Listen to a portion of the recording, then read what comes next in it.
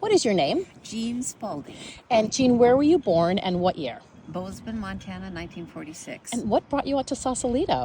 Got married, moved to Anaheim, and then Sunnyvale, then Sausalito, because my ex-husband was an engineer. So you've been here for a while. Yes. Have you seen a lot of changes in heavens, town? yes. Like what?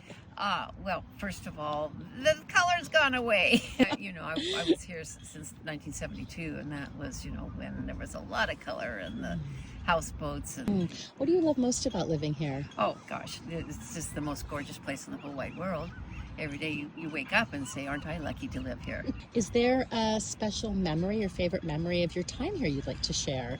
Well, there's tons. One of my most fun ones is I was working for City Hall just doing some clerical work. That's when Sally Stanford was on the council and then mayor, and City Hall was downtown. I was also fundraising chairman for the Sausalito Nursery School. And she came up to me and she said, are you in charge of those little kitties over in Main Street? And I knew what she meant, and I said, well, yeah, I'm the fundraising chairman. And she said, here, and she grabbed into her bra and took out two $100 bills and said, make sure this is put to use for the kitties.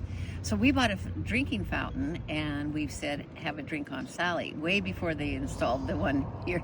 Will you quickly share what you do with the Women's Club? I've been a member of the Women's Club. Well, I was honored this year for 50 years membership.